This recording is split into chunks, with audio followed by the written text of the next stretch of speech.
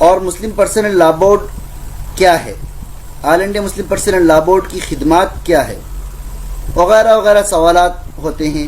آئیے آج ہمارے مہمان خصوصی سے ان سوالات کے جوابات جاننے کی کوشش کرتے ہیں۔ مولانا سے میرا سب سے پہلا سوال یہ ہے کہ جب ہندوستان میں قانون موجود ہے، انڈین لا موجود ہے، تو مسلم پرسنل لا کی کیوں ضرورت پڑی؟ بسم اللہ الرحمن الرحیم۔ اول بات تو یہ ہے کہ آج 26 جنوری کے مبارک موقع پر آپ اس انٹرویو کو ریکارڈ کر رہے ہیں، لے رہے ہیں، اس کے لیے بھی میں اس انٹرویو کے ذریعے سے 26 جنوری کی تمام اہل وطن کو دل کی گہرائیوں سے مبارکباد پیش کرتا ہوں۔ اور آپ کا سوال بھی آج کے نقطہ نظر سے بہت ہی زیادہ قیمتی اور اہم ہے، اور یہ ایک ایسا سوال ہے جس کے سلسلے میں بڑے پیمانے پر غیر مسلمین تو غیر مسلمین، ہمارے برادران وطن اور خاص کر مسلمانوں کے ذہنوں میں بڑے پیمانے پر غلط فہمیاں پائی جا رہی ہیں۔ آپ کا سوال اس وجہ سے بھی قیمتی ہے کیونکہ اس کا تعلق کہیں نہ کہیں ہمارے ملک کے آئین اور ہمارے ملک کے کانسٹیٹیوشن سے ہے۔ ہمارا ملک کا کانسٹیٹیوشن کی دفعہ 25 واضح طور پر اس بات کی وضاحت کرتی ہے کہ all citizens are free to practice, profess and propagate religion of their choice، یعنی ملک کا ہر شہری، ملک کے ہر شہری کو اس بات کی پوری آزادی حاصل ہے کہ وہ اپنے پسند کے مذہب کو اختیار کرے، اس کی تبلیغ کرے اور اس پر عمل کرے۔ تو ظاہر سی بات ہے مسلمان بھی اس ملک کا باعزت شہری ہے، اس کو بھی یہ تمام اختیارات ہمارے ملک کے آئین، کانسٹیٹیوشن اور سنویدھان نے دیے ہیں کہ ہم اپنے مذہب پر عمل کریں اور اپنے مذہب پر عمل کرتے ہوئے ملک کے قانون کی بھی پابندی کریں۔ اب اسی ملک کا قانون اور سنویدھان ہمیں اس بات کی اجازت دیتا ہے کہ ہم اپنے ذاتی معاملات میں اپنے پرسنل لاز پر عمل کر سکتے ہیں، اور یہی وجہ ہے کہ ہندوستان میں مسلمان سول میٹرز میں اپنے مذہب کے مطابق عمل کرتا ہے، اور کرمنل میٹرز میں جو ملک کا نظام ہے، جو ملک کا قانون ہے، وہ ملک کا قانون تمام شہریوں پر ایک طریقے سے سب پر ایک ساتھ نافذ ہوتا ہے، یکساں نافذ ہوتا ہے، اور یہ اختیار صرف مسلمانوں ہی کو نہیں حاصل ہے۔ ایک یہ بھی غلط فہمی پائی جاتی ہے کہ جیسے صرف مسلمانوں ہی کے پرسنل لاز ہوں، صرف مسلمانوں ہی کو یہ آزادی حاصل ہو کہ وہ اپنے پرسنل لاز پر عمل کریں۔ جتنی بھی قومیں ہیں، تمام قومیں، تمام مذاہب کے لوگ اپنی روزمرہ کی زندگی اپنے مذہب کے پرسنل لاز کے مطابق گزارتے ہیں۔ اسی طریقے سے مسلمان بھی ان معاملات میں جن کا تعلق کہ ان کے پرسنل لائف سے ہے، نکاح سے ہو، خلا سے ہو، یا فسخ نکاح سے ہو، یا طلاق سے ہو، یا ہبہ سے ہو، یا اوقاف سے ہو، ان تمام معاملات میں ہمیں یہ جو قانونی اختیار حاصل ہے کہ ہم اپنے پرسنل لاز پر عمل کریں، اسی پر عمل کرتے ہیں۔ لہذا اس میں ملک کے قانون کے ساتھ یہ کہنا کہ کوئی ٹکراؤ پیدا ہوتا ہے، یہ قطعی طور پر صحیح نہیں ہے، بلکہ اسی ملک کے قانون نے، اسی ملک کے کانسٹیٹیوشن نے ہمیں، آپ کو، ہر شہری کو یہ آزادی دی ہے کہ اپنے مذہب پر پوری آزادی کے ساتھ عمل کر سکتا ہے، اور مسلمان اس پر عمل کر رہا ہے۔ یہ کسی حکومت نے ہمیں اختیار نہیں دیا، یہ کسی سیاسی پارٹی نے ہمیں اختیار نہیں دیا، یا کسی تنظیم نے ہمیں اختیار نہیں دیا، بلکہ ملک کے سنویدھان نے ہمیں اور آپ کو اختیار دیا ہے، اور یہ اختیار چھیننے کی طاقت اور قوت کسی بھی ادارے کے پاس موجود نہیں۔ بہت خوب، ماشاءاللہ، آپ نے بہت بہترین جواب دیے ہیں۔ حضرت، میں آپ سے یہ پوچھنا چاہوں گا کہ جب انڈین قانون نے ہمیں یہ دیا ہے، یہ ضابطہ ہے آرٹیکل 25 کے حساب سے، آپ کے کہنے کے مطابق، کہ مسلم پرسنل لا بورڈ بنا سکتے ہیں، مسلم پرسنل، یا پھر کسی بھی تنظیم کا کوئی بھی جماعت ہو، ہر ایک اپنے حساب سے اپنے لا بنا سکتے، اپنے لا پر عمل کر سکتا ہے۔ تو کیا آپ ہمیں بتائیں گے کہ آل انڈیا مسلم پرسنل لا بورڈ کے جو مختلف شعبے ہیں، مختلف خدمات ہیں، ان کا ذرا مختصر سا روشنی ڈالیں گے ان پر؟ دیکھیے، آل انڈیا مسلم پرسنل لا بورڈ کوئی صرف ایک ادارہ نہیں ہے، بلکہ یہ ایک موومنٹ ہے، ایک تحریک ہے، اور یہ ہندوستانی مسلمانوں کہ اس سے ہندوستانی مسلمانوں کا وقار وابستہ ہے، اور ہمارے ملک میں جتنی بھی بڑی بڑی تنظیمیں ہیں، جتنے بھی بڑے بڑے مسالک ہیں، جتنے بھی بڑے بڑے مکاتب فکر ہیں، سب کی اس تنظیم میں مکمل معقول نمائندگی کو یقینی بنایا گیا ہے۔ پرسنل لا بورڈ کا بنیادی دو مقاصد ہیں۔ ایک مقصد تو یہ ہے کہ ہم اپنے ملت میں اپنے تمام مسالک کے لوگوں میں مکمل طور پر اتحاد پیدا کریں، اور اس اتحاد اسلامی کے ذریعے سے ہم اپنے اس عظیم الشان ملک میں تحفظ شریعت کے اپنے فریضے کو انجام دیتے رہیں۔ ان دو مقاصد کے لیے بنیادی طور پر ہمارے اور آپ کے بزرگوں نے اس بورڈ کو قائم کیا ہے۔ اب سن 1972-1973 سے لے کر کے آج تک جو بورڈ نے اتنا لمبا سفر طے کیا ہے، اور انشاءاللہ ہمیشہ طے کرتا رہے گا، یہ سفر ہمیشہ جاری رہے گا۔ اس میں تمام، جیسے میں نے کہا، مکاتب فکر کی نمائندگی ہے، تو آپ دیکھیں کہ بورڈ کے ایک صدر محترم ہوتے ہیں اور 4 نائبین صدور ہوتے ہیں، یعنی 4 وائس پریزیڈنٹس ہوتے ہیں جو مختلف مکاتب فکر کے ہوتے ہیں۔ اسی طریقے سے ایک جنرل سیکریٹری ہوتے ہیں اور 4 سیکریٹریز ہوتے ہیں، اور جو بھی ہمارے یہاں ایگزیکٹو باڈی ہے جس کو یہ مجلس عاملہ کہا جاتا ہے، اس میں بھی تمام مکاتب فکر کی معقول نمائندگی ہے۔ پھر جو جنرل ممبرز ہیں ان میں بھی ہر مسلک کے لوگ پورے ملک سے اس میں ان کی نمائندگی اور ریپریزنٹیشن کو یقینی بنایا گیا ہے۔ اب اتنے بڑے ملک میں اپنے ان 2 اہم مقاصد کی تکمیل کے لیے بورڈ نے مختلف، آپ کہہ سکتے ہیں شعبے کہہ لیں، مختلف ڈپارٹمنٹس کہہ لیں، مختلف کمیٹیاں کہہ لیں، تشکیل دی ہے۔ مثال کے طور پہ اصلاح معاشرہ کمیٹی ہے، جس کا کہ مقصد یہ ہے کہ پورے ملک میں مسلم سماج میں، مسلم معاشرے میں جو غیر اسلامی اور غیر انسانی رسم روایت رائج ہو گئی ہیں، ان کا کس طریقے سے خاتمہ کیا جائے۔ اسی کمیٹی کے تحت بورڈ نے پورے ملک میں یہ تحریک چلا رکھی ہے کہ مسلمان اپنے ہاں نکاح اسلامی شریعت کے مطابق، یعنی سنت کے مطابق مساجد میں کریں۔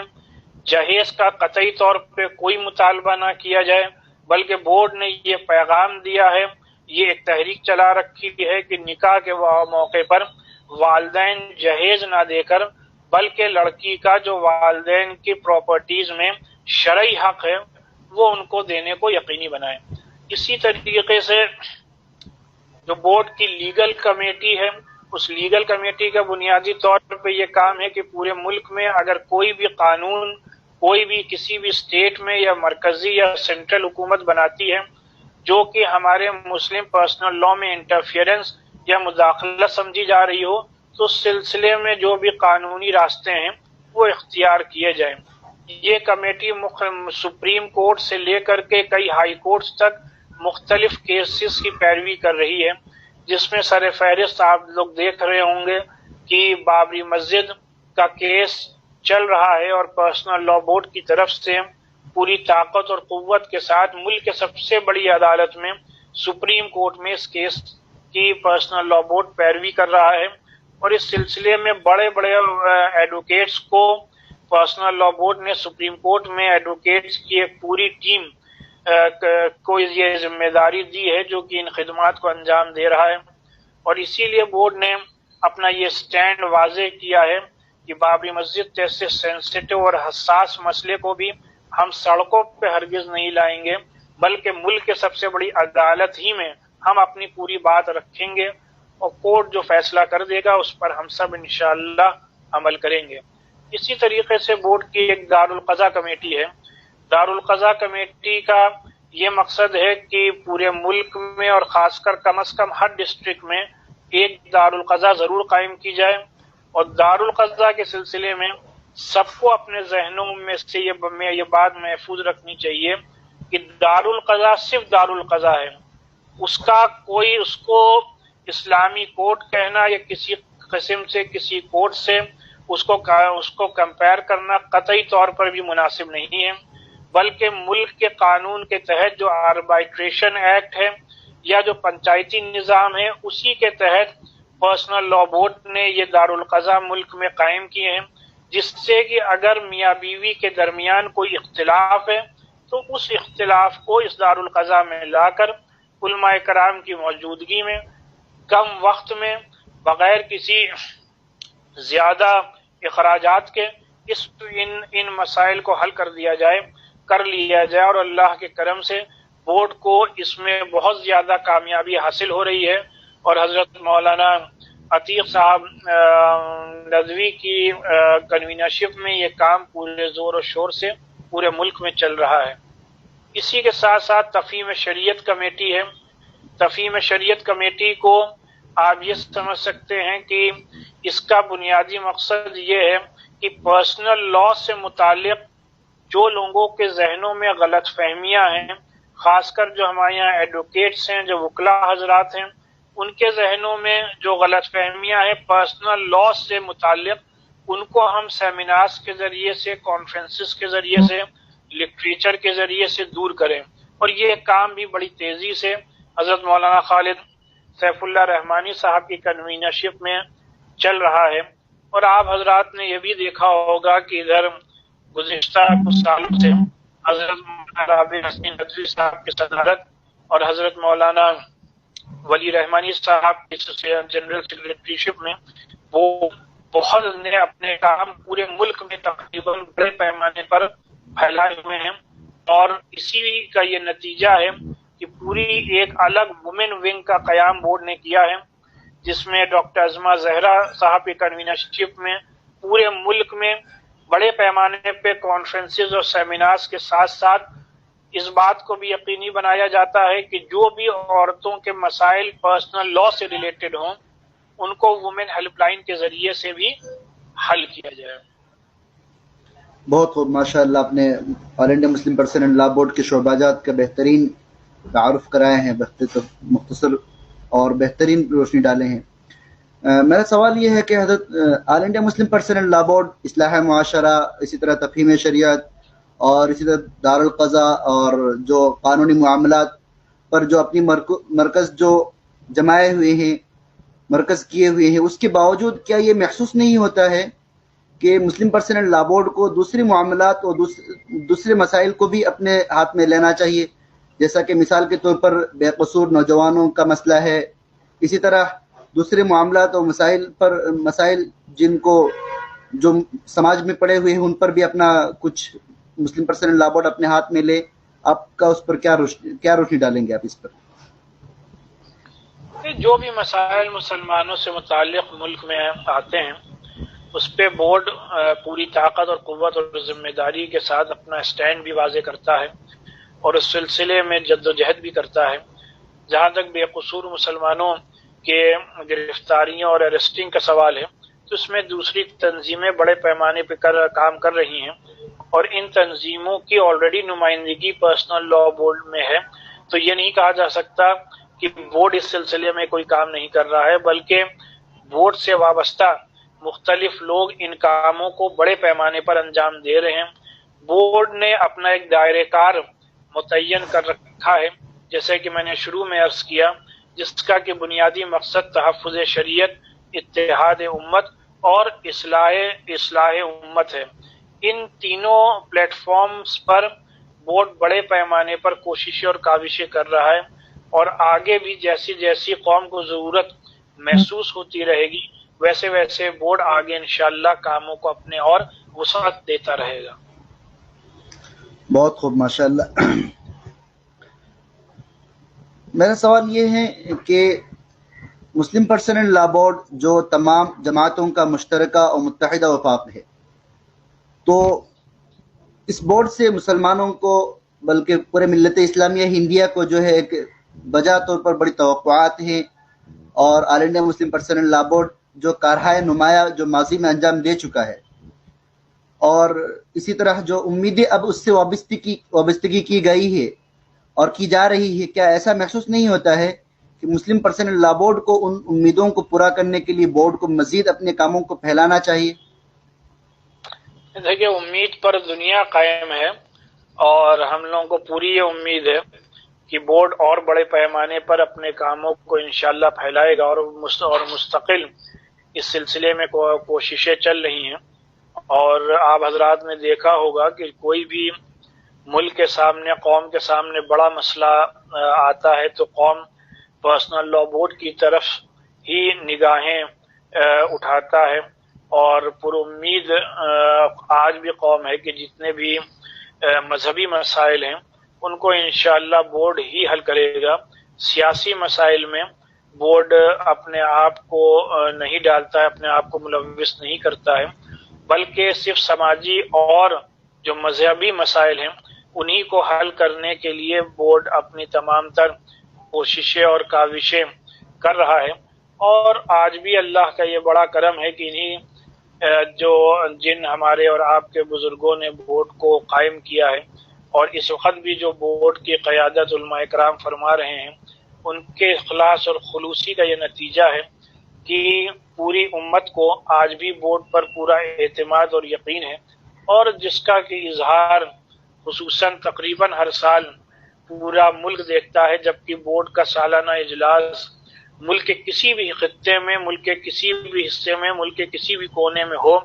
اور وہاں پر لاکھوں کی تعداد میں اجلاس عام میں پبلک جمع ہوتی ہے، اور یہ جو پبلک آتی ہے نہ ان کو کرائے پہ لایا جاتا ہے، نہ ان کو پیسے دے کر لایا جاتا ہے، نہ ان کے لیے بسوں کا یا ٹرینوں کا انتظام منتظمین آرگنائزرز کی طرف سے کیا جاتا ہے، بلکہ اس میں آنے والے لوگ اپنے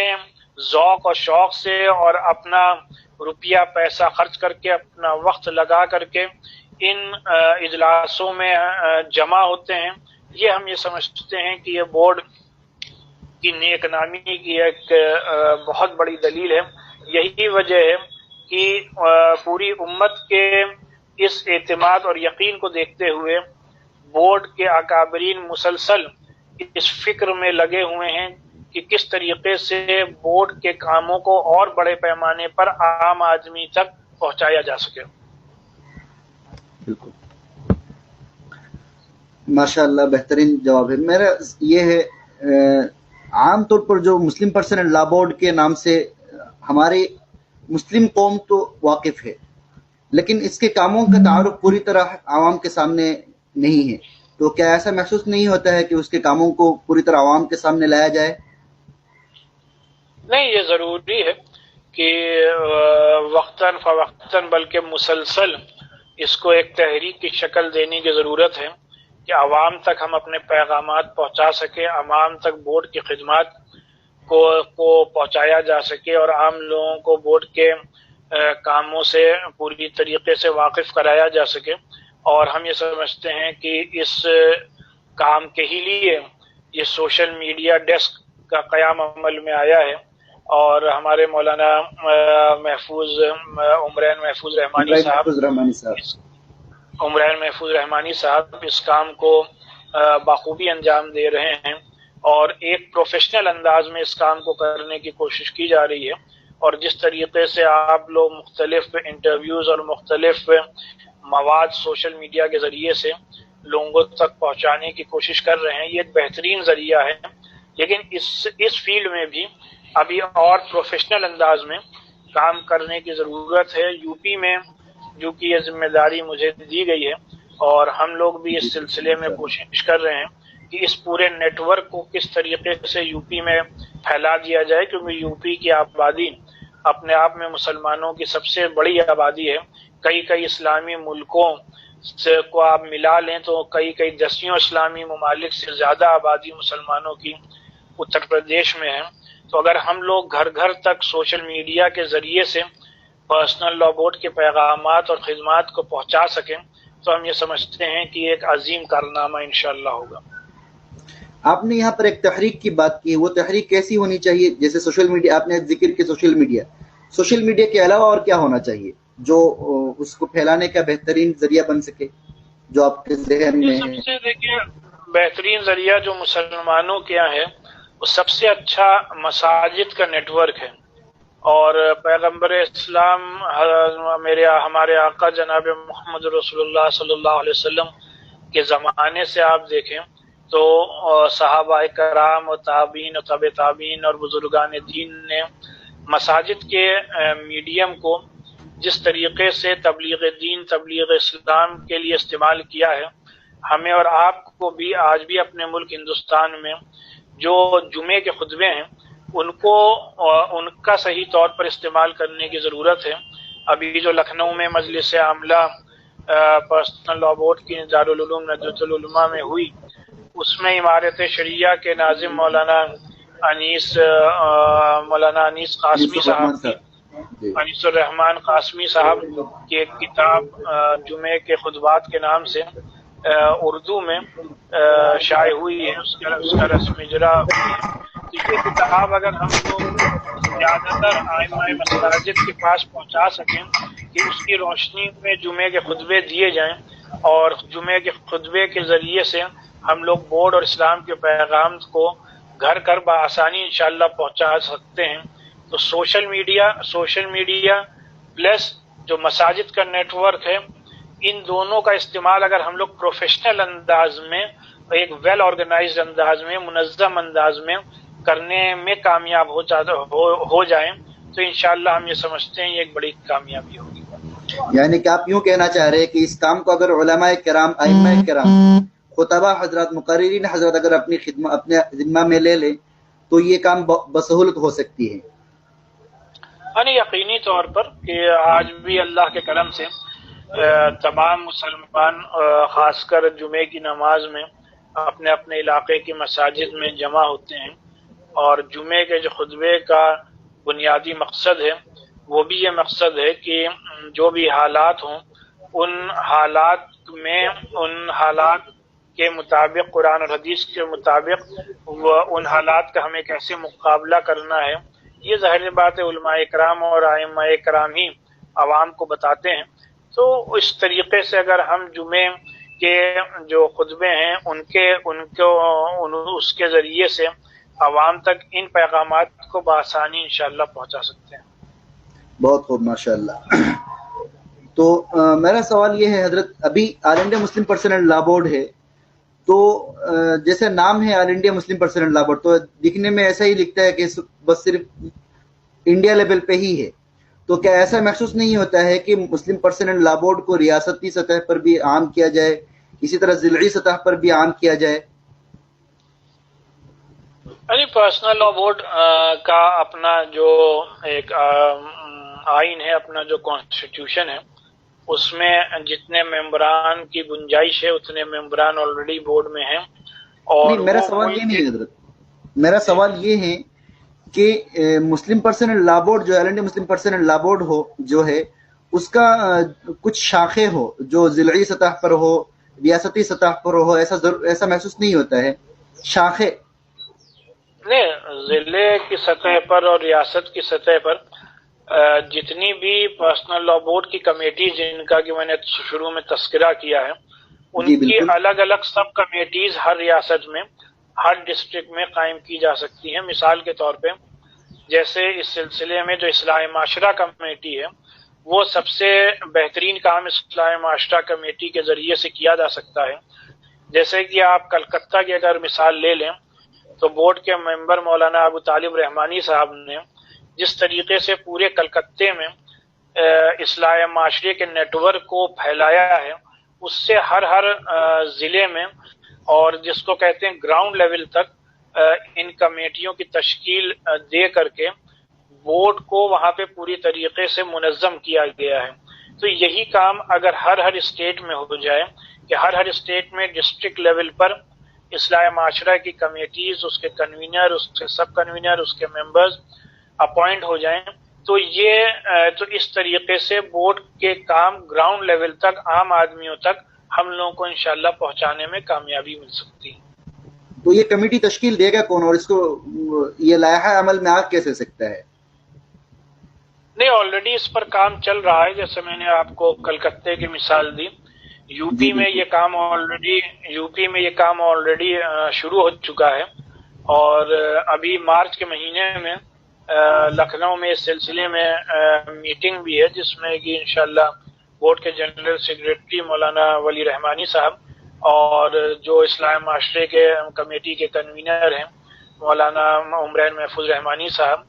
وہ سب لوگ یہاں تشریف لا رہے ہیں، اور جس میں کہ یو پی میں ہر ضلع میں کس طریقے سے ایک کنوینر اور دو سب کنوینر، جوائنٹ کنوینر اور باقی ممبران کا اپوائنٹمنٹ کیا جا سکے، کیونکہ ہماری قوم میں آج بھی ہر سطح پر بڑا ٹیلنٹ ہے،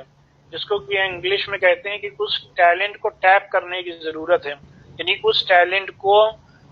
نکال کر، اس کو پرکھ کر کے، اور اس کو پھر اگر آپ ذمہ داری دیں گے، خاص کر جو ینگسٹرز ہیں اور علماء میں جو ینگ علماء ہیں، ان میں ایک الگ طریقے کا ظاہر سی بات ہے کام کرنے کا جذبہ بھی ہے، ذوق اور شوق بھی ہے، اگر ان کو الگ الگ ذمہ داری دی جائے گی تو انشاءاللہ آپ دیکھیں گے کہ کم وقت میں بڑے اور بہت پازیٹیو ریزلٹس دیکھنے کو ملیں گے۔ یعنی کہ آپ یوں کہنا چاہ رہے ہیں کہ استعداد کا صحیح استعمال کیا جائے، جن کی جو صلاحیتیں ہیں ان صلاحیتوں کا صحیح استعمال ہو جائے۔ ہاں نہیں، یقینی طور پر علماء کرام میں ینگسٹرز ہیں جو دوسرے پروفیشنل ٹیم میں ہمارے نوجوان ہیں، ان سے ان کی بھی جو صلاحیتیں ہیں، ان کے اندر بھی جو ٹیلنٹ ہے، ان کو بھی، ان کا بھی استعمال بورڈ اصلاح معاشرے کے کاموں میں کر سکتا ہے۔ بالکل۔ تو میرا سوال، ایک اور سوال یہ ہے حضرت، بس ہم اپنے اختتام کی طرف پہنچ رہے ہیں، میں سوال یہ کہ ملک میں جو قضاء کا جو نظام ہے ماشاءاللہ بہت بہترین نظام ہے، اور آپ نے شروع میں اس کو بہت بہترین طریقے سے لیے تھے،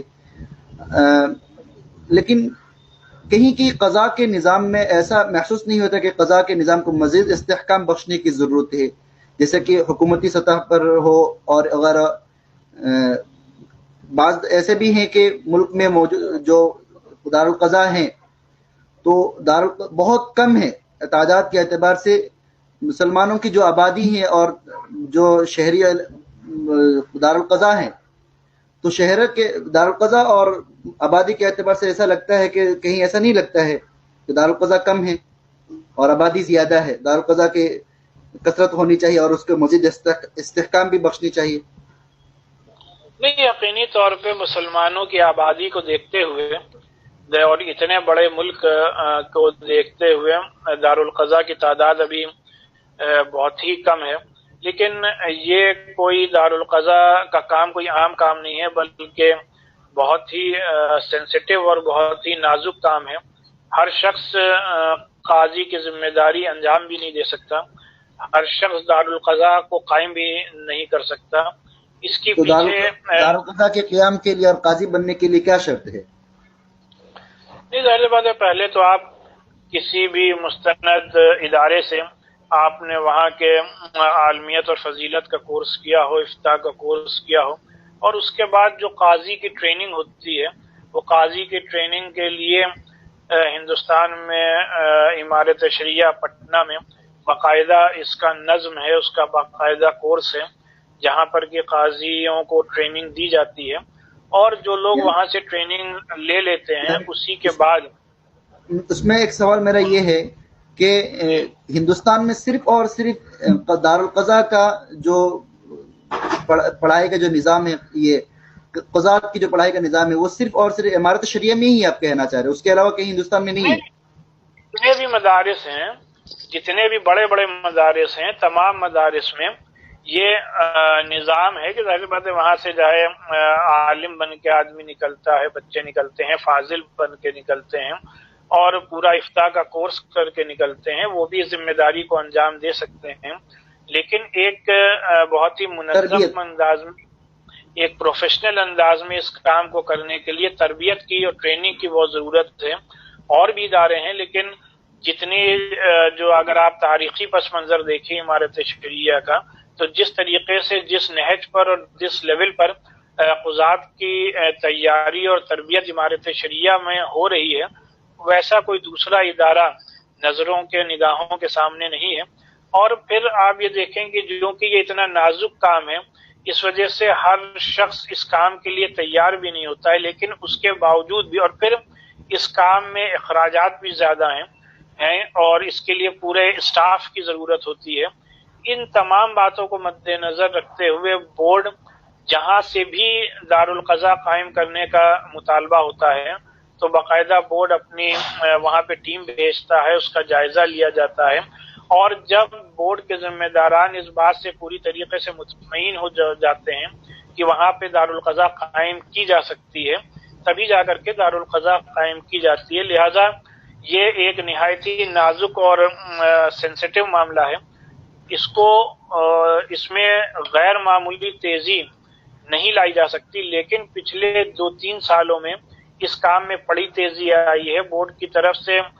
کئی دارالقضا ادھر پچھلے 1 سال میں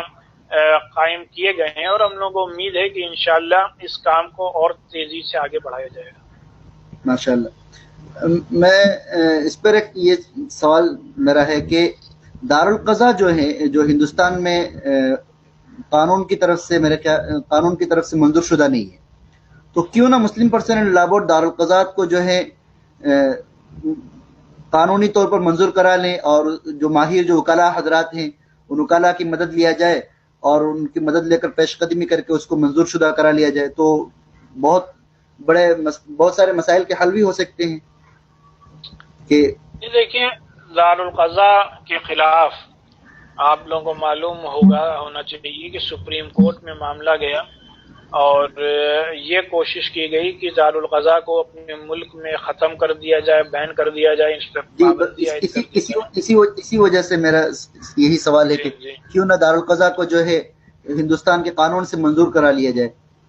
نہیں، اس کے لیے میں نے شروع میں بات کہی کہ سپریم کورٹ نے دارالقضا پہ خدا نخواستہ کوئی بین نہیں لگایا ہے، نہ ان کو کوئی بند کرنے کی بات کی ہے، بلکہ اگر آپ اس کا پورا ججمنٹ پڑھیں گے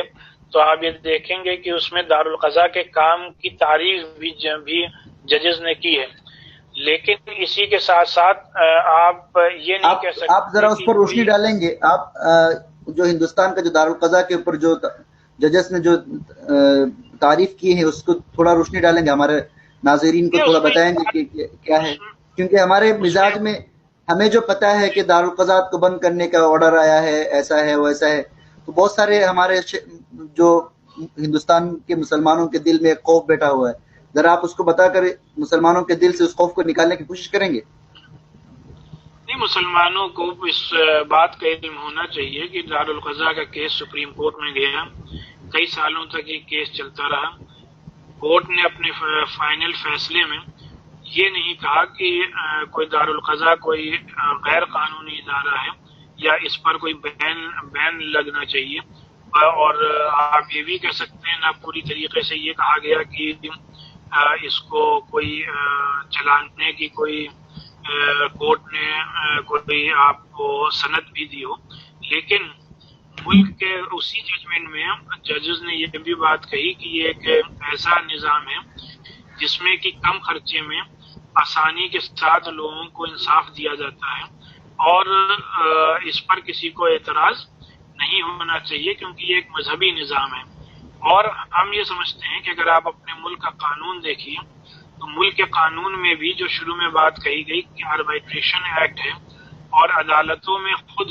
باقاعدہ کاؤنسلنگ سینٹرز قائم کیے جاتے ہیں کہ وہاں پہ دونوں پارٹیز کو بیٹھال کر کے کوشش کی جاتی ہے کہ آؤٹ آف کورٹ سیٹلمنٹ ہو جائے جس میں کہ کورٹ کا وقت برباد نہ ہو. تو آپ ان دارالقضا کو آربائٹریشن ایکٹ کے بھی تحت لے سکتے ہیں، اس کو پنچایتی ایکٹ کے بھی تحت لے سکتے ہیں، ان کو آپ ایک طریقے کا کاؤنسلنگ سینٹرز بھی کہہ سکتے ہیں جہاں پر کہ پارٹیز اپنی مرضی سے آتی ہیں، ہم یہاں ان کو لینے نہیں جاتے، ان کی پوری باتیں سننے کے بعد قرآن اور حدیث کی روشنی میں علماء کرام فیصلے کر دیتے ہیں. کئی بار آپ دیکھیں تو کورٹس میں کئی دارالقضا کے فیصلوں کو چیلنج بھی کیا گیا، لیکن کئی معاملے میں کورٹس نے ان فیصلوں پر اپنے اطمینان کا اظہار کرتے ہوئے کہا کہ یہ جو فیصلے کیے گئے ہیں یہ بالکل ہی صحیح ہے، درست ہے، ہم انہی فیصلوں کو قائم اور دائیں انہی فیصلوں کو قائم رکھیں گے. لہذا دارالقضا کے سلسلے میں کم از کم مسلمانوں کو اپنے ذہن میں کوئی بھی غلط فہمی نہیں لانی چاہیے. جو پڑھے لکھے حضرات ہیں، جو قانون سے واقف ہیں، ان کو بھی اپنے ذہن میں یہ بات رکھنی چاہیے کہ کوئی بھی یہ پیرلل جوڈیشل سسٹم نہیں ہے، بلکہ یہ صرف اور صرف مسلمان ایک کاؤنسلنگ سینٹرز کے طور پر ایک آربائٹریشن ایکٹ کے تحت اپنے دارالقضا کے نظام کو چلا رہے ہیں. ماشاء اللہ، آپ نے بہت ہمارے بہترین جوابات، سوالات کے بہترین جوابات دیے ہیں. اب آخر میں ہم آپ سے گزارش کرنا چاہیں گے کہ بورڈ کے پلیٹ فارم کے ذریعے آج چونکہ 26 جنوری بھی ہیں، ریپبلک ڈے آف انڈیا بھی ہیں، تو بورڈ کے تحت جو ہے آپ ہندوستان کے عوام کو اور ملک کے جو وکلاء حضرات ہیں، اسی طرح جو علماء کرام ہیں، ائمہ کرام ہیں، اور پڑھے لکھے طبقات تھے، دانشوران جو حضرات ہیں، اور اسی طرح ملک کے کلیہ طور پر جتنے بھی عوام ہیں، ان تمام کو کوئی پیغام دینا چاہیں گے؟ آج 26 جنوری کے مبارک اور اہم موقع پر میرا سب کو یہی پیغام ہے کہ ہم سب کو اپنے ذہنوں میں یہ بات رکھنی چاہیے کہ یہ عظیم الشان بھارت ہمارا اور آپ کا ملک ہے۔ اس ملک کی آزادی میں ہمارے اور آپ کے بزرگوں نے بے شمار قربانیاں پیش کی ہیں، اور ان مدارس اسلامیہ سے وابستہ حضرات کی ملک کی آزادی میں بے شمار قربانیاں ہیں۔ یہ ہمارا اپنا ملک ہے۔ اس ملک میں ہم پوری طاقت اور قوت کے ساتھ اور پورے وقار کے ساتھ اپنی زندگیاں گزارتے آئے ہیں اور انشاءاللہ گزارتے رہیں گے۔ ہمیں ہر قیمت پر اپنے ہی مذہب پر پوری طریقے سے عمل کرنا ہے۔ جو ینگ جنریشن ہے، جو نوجوان ہیں، ان کے اندر ایک طریقے کا سیلف کانفیڈنس ہونا چاہیے، ایک خود اعتمادی ہونی چاہیے کہ ہم جو اپنے مذہب پر عمل کر رہے ہیں وہ کسی نے، کسی پارٹی یا کسی ادارے نے ہمیں یہ اختیار نہیں دیا، بلکہ ہمارے ملک کا جو کانسٹیٹیوشن ہے، جس کانسٹیٹیوشن کو بنانے میں مسلمانوں کی بھی خدمات ہیں، مسلمانوں کا بھی اعلیٰ سے اعلیٰ دماغ لگا اور اس کے بعد یہ کانسٹیٹیوشن بنا۔ یہ کانسٹیٹیوشن وہ ہے جو کہ جتنے بھی ملک میں دنیا میں ممالک ہیں، ان ممالک میں کے اگر کانسٹیٹیوشن سے آپ اس کو کمپیئر کریں تو یہ سب سے طویل اور سب سے بڑا کانسٹیٹیوشن ہے، جس میں کہ ہر شہری کو اور ہر فیلڈ میں ہر رائٹس کو معقول طریقے سے ڈیفائن کیا گیا ہے۔ تو اسی ملک کے کانسٹیٹیوشن نے ہمیں اپنے پرسنل لا پر، اپنے مذہب پر عمل کرنے کی پوری آزادی دی ہے۔ لہٰذا ہم لوگ اس بات کا تہیہ اور عزم کریں کہ اپنی روزمرہ کی زندگی میں بھی، اپنی عوامی زندگی میں بھی اپنے مذہب پر عمل کرتے ہوئے اپنے قوم اور اپنے ملک کو تعمیر و ترقی کی راہ پر لے جائیں گے، اور کسی بھی طریقے سے، کسی بھی تحریک سے، کسی بھی تنظیم سے خوفزدہ ہم لوگ نہ کبھی ہوئے ہیں اور نہ انشاءاللہ خوفزدہ ہونے کی ضرورت ہے، کیونکہ ایک مسلمان کے ایمان کا یہ تقاضا ہے کہ جس ایک اللہ نے ہمیں یہ زندگی دی ہے، اسی نے ہماری موت کا وقت متعین کر رکھا ہے۔ لہذا مسلمان نہ کسی تنظیم سے ڈرتا ہے، نہ کسی حکومت سے خوفزدہ ہوتا ہے۔ مسلمان اگر صرف ڈرتا ہے تو صرف اور صرف ایک اللہ سے ڈرتا ہے۔ اگر وہ جھکتا ہے، اگر سجدہ کرتا ہے تو صرف اور صرف ایک اللہ کے آگے سجدہ کرتا ہے۔ لہذا اسی ایمان اور یقین کی بنیاد پر ہم اپنے تمام مسلمانوں سے خصوصاً یہ اپیل کرتے ہیں کہ اس بات کو یقینی بنائیے کہ اپنے بچوں کو اعلیٰ سے اعلیٰ تعلیم دیجیے، اپنے بچوں کو دینی تعلیم بھی دیجیے، اپنے بچوں کو ماڈرن ایجوکیشن کے زیور سے بھی آراستہ کریے، تو آپ کے لیے انشاءاللہ اس دنیا میں بھی اور اس دنیا کے بعد کی زندگی میں بھی کامیابی کا وعدہ ہے۔ آپ نے آپ کا جو قیمتی وقت دیے ہیں اس کے لیے ہم آپ کے بہت زیادہ مشکور و ممنون ہیں، اور آپ نے قوم و ملت کی فلاح و بہبود کے لیے جو کلمات رکھے ہیں اس کے لیے بھی ہم آپ کے شکر گزار ہیں۔ السلام علیکم ورحمۃ اللہ وبرکاتہ۔